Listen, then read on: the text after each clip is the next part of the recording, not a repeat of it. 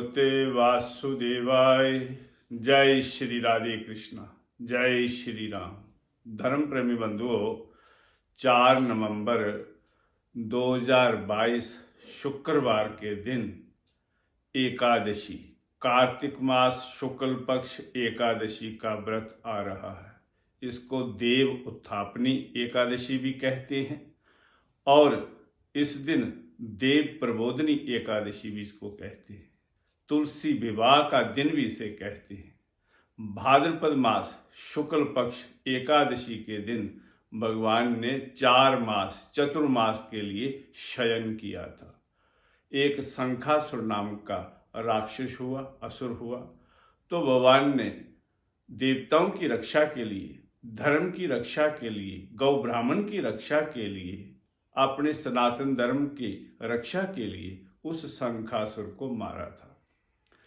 उस दिन भगवान उससे युद्ध करते जब थक गए तो क्षीर सागर में भगवान शयन करने लगे। इसलिए 4 मास भगवान को शयन के रूप में माना जाता है। भक्तों की अपनी अपनी आस्था होती है, प्रेम होता है, श्रद्धा होती है कि भगवान शयन करते हैं, भगवान 56 भोग लगाते हैं, भगवान को तुलसी अति प्रिय है।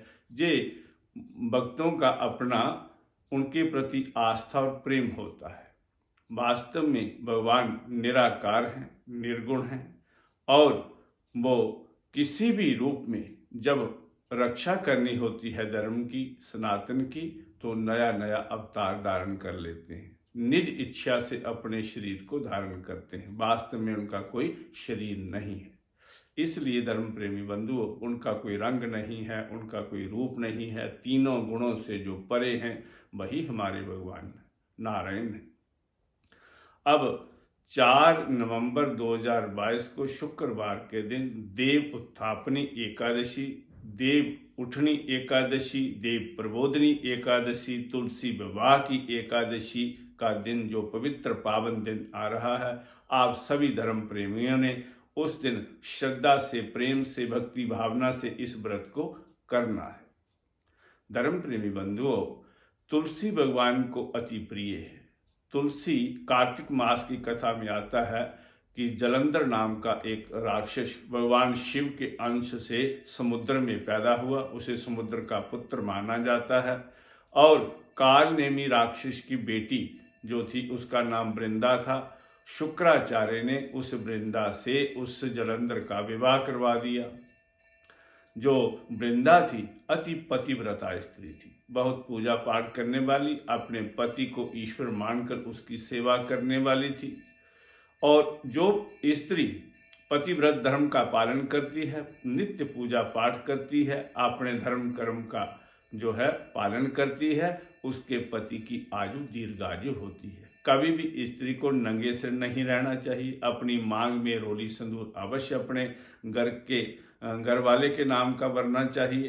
तिलक जरूर लगाना चाहिए, बिंदी लगानी चाहिए। अपना घर वाला जो है उसकी खुशी के लिए श्रृंगार आदि अवश्य करना चाहिए। वृंदा ऐसा ही करती थी। अपने घर वाले की प्रसन्नता के लिए, पति की प्रसन्नता के लिए उसे घर के कार्य करने चाहिए। ऐसा करने से पति की आयु लंबी होती है।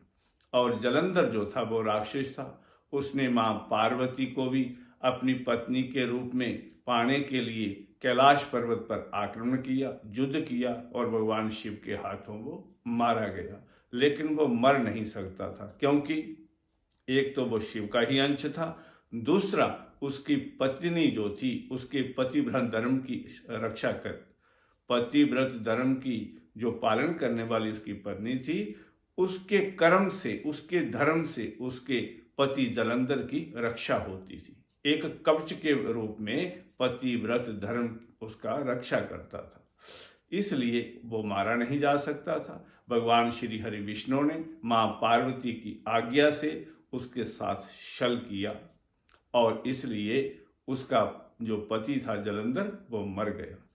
और उसके बाद उस वृंदा ने अग्नि में दाह संस्कार अपना जो कर लिया, अर्थात अग्नि में जलकर अपने प्राण त्याग दिए। भगवान विष्णु ने अपने आप को उसका दोषी माना और उसकी चिता पर बैठकर विलाप करने लगे।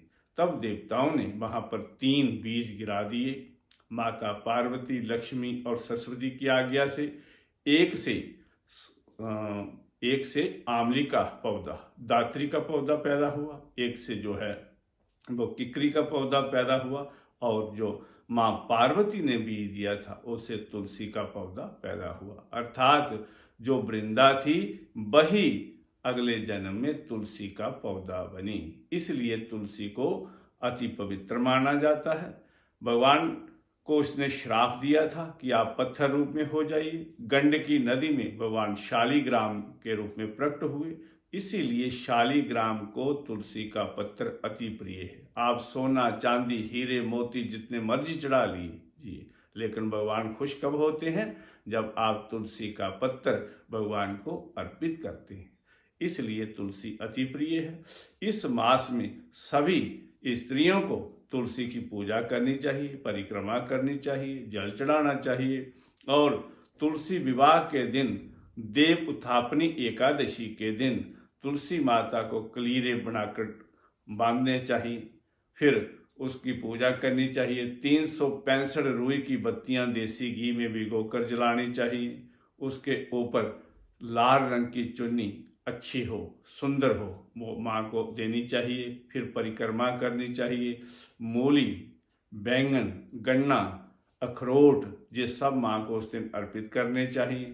और फिर दूसरे दिन खिचड़ी का भोग तुलसी के पास बैठाकर छोटे बच्चों को खिलाना चाहिए, तब ये व्रत पूरा होता है। इसलिए सभी धर्म प्रेमियों से ये आग्रह है, प्रार्थना है, अपने सनातन धर्म का प्रचार करने के लिए, हिंदू धर्म का प्रचार करने के लिए, जिसकी आज इस समय अति आवश्यकता है, आप लोगों ने इस वीडियो को शेयर करना है, सब्सक्राइब करना है, लाइक करना है, ताकि घर घर में ये अपना प्रचार, धर्म का प्रचार पहुंच सके। और आपको नई नई कथाओं के बारे में, एकादशी की, पूर्णिमा की, अपने हिंदू धर्म के जो त्योहार हैं उनकी आपको जानकारी मिलती रहे। जय श्री राम।